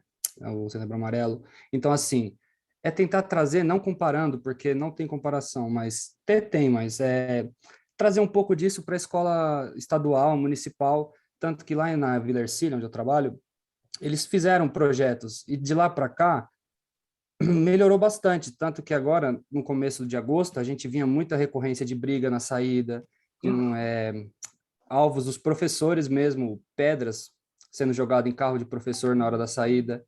Então, assim, pegou e deu um basta, e a escola começou a trabalhar os alunos para ver que isso daí não é bacana, não é uma coisa que se faça no ambiente escolar, na vida. Então, eu acredito que nosso trabalho vai ser um norteador para conseguir mudar a realidade escolar de hoje. Ô, Peter, se você me permite, só um adendo aí também, até trazendo essa questão da problemática do bullying, seria bacana se o grupo conseguisse contextualizar, parece que foi fala dos alunos na pesquisa, a questão da punição, né? Nesse sentido, acho que é importante o grupo estabelecer o entendimento sobre essa fala, né? De que muitas vezes a escola também não age de forma punitiva com relação com quem pratica o bullying. Então, seria interessante o grupo também tentar descrever um pouquinho, analisar e colocar aí a ideia em cima do que entende nessa fala do aluno também.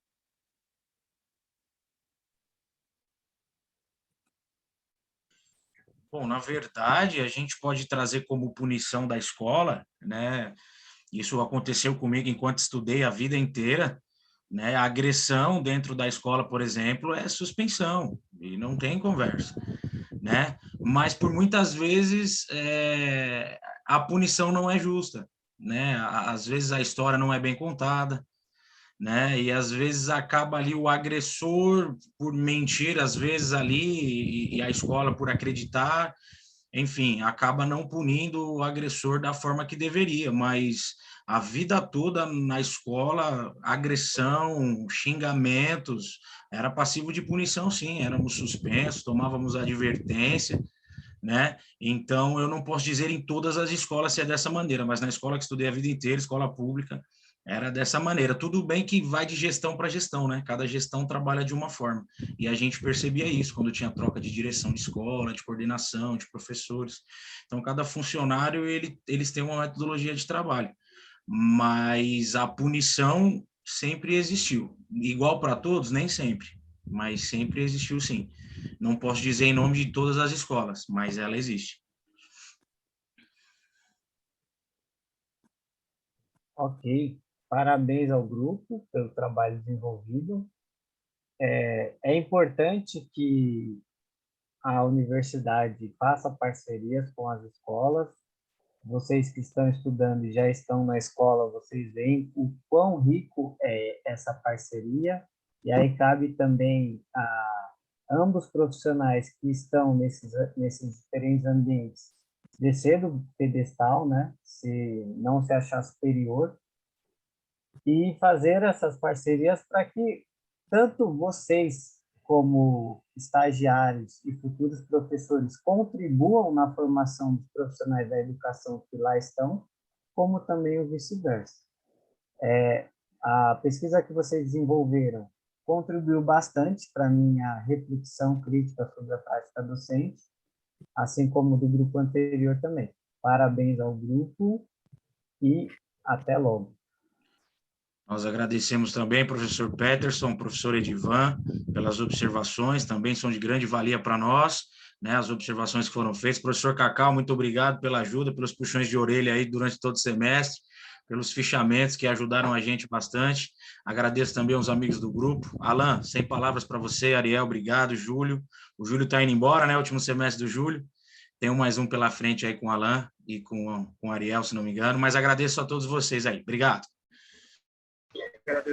Professor Cacau, Alan, Júlio e aos professores mestres que aqui estão também pelos toques e as correções foram, como o Matheus falou, foram de grande valia para nós. Isso amplia a nossa visão, não só nessa pesquisa, mas como um todo. Deixo aqui minha sincera gratidão a todos. Ok, mas alguém quer se despedir? Deu ok aí? Eu quero me despedir, eu quero agradecer aos professores da banca, senhor Edivan, professor Peterson, em especial o senhor professor Cacau, que realmente nesse tempo, nesses 6 semestres aí, vem me ajudando muito, e muito mesmo. Tive uma evolução muito grande devido ao seu trabalho, porque realmente eu peguei para ler alguns dos seus artigos. Hoje eu não estava num dia muito inspirado, confesso, mas quero agradecer imensamente ao senhor, principalmente, tá bom? Muito obrigado. Mas puxar saco esse maluco aí. Cacau tá ligado que não é puxar saco não, mano. Tanto de coisa que ele já me ajudou. Muito bem. Parabéns, então, meninos. Muito bom. Agora, então, eu vou pedir para que vocês saiam. São 9h36. Eu vou pedir para vocês voltarem 10:10, tá? Ontem eu pedi 10 minutos, 15 minutos, eu acho, não lembro, 10. Com 5 minutos já tinha nego voltando. Aí eu tinha que falar, sai. Então, 10:10, ok? Então, vou pedir para todos vocês se retirarem. 10:10? 10:10? Opa, 10:10, desculpa. 10:10. 9h50. 9h50. Valeu.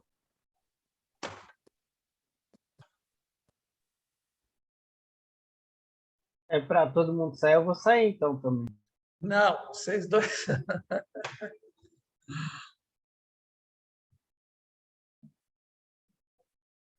E como faz com o pessoal que deixou só logado e não estava assistindo? Então, esse aí é o pessoal. Isso aí é o pessoal que deixa ligado e vai jantar. Tal. Eu vou tirar o Ariel aqui, que o Ariel ele estava acho que com 2. Remover. Remover.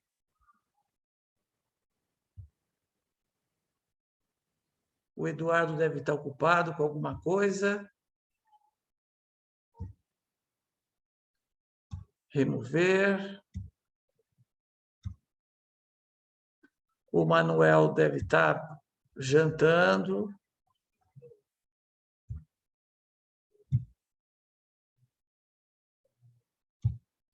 E o Pantoja não está funcionando, ele não está ouvindo direito lá o negócio. Fala, professor! Ah, moleque! Você acredita, Peterson, Edivan? Esse moleque aí, ele é meu aluno faz 3 semestres. Ontem foi a primeira vez que eu vi a cara, rapaz. Que eu vi a Vai ver de novo aí, ó. Vai ver de novo, ó. O Rafael fala que foi a pandemia. Ai, garoto! Cara, conheci esse cara ontem, rapaz. Ô, professor, ontem eu não fazendo TCC na rua. Eu falei, mano, que vergonha. Eu vi, que fazer, mas foi bem. Mas mandou bem. Mandei, né? Mandou. Eu que não mandasse, não, para ver se não ganhava essa nota. Agora vai. Falou, professor. Falou, Pantoja. Boa noite, boa noite. Valeu, volta aí depois. Beleza. Amanhã? Amanhã tem mais. Mas daqui 10 para as 10 nós vamos fechar aqui as notas. Ah, beleza, falou. Valeu. Tchau, tchau. E aí, rapaziada? Bom, primeiro eu quero agradecer muito vocês mais uma vez, né? 3º ano, a gente junto aqui, que bacana. Muito legal, fico muito feliz isso por vocês. Cara, essa turma aqui, eu estou muito orgulhosa dos caras, porque os caras fizeram esse TCC no último semestre. Todos os grupos antes faziam 1 ano. Esse aqui não. Ah, peraí.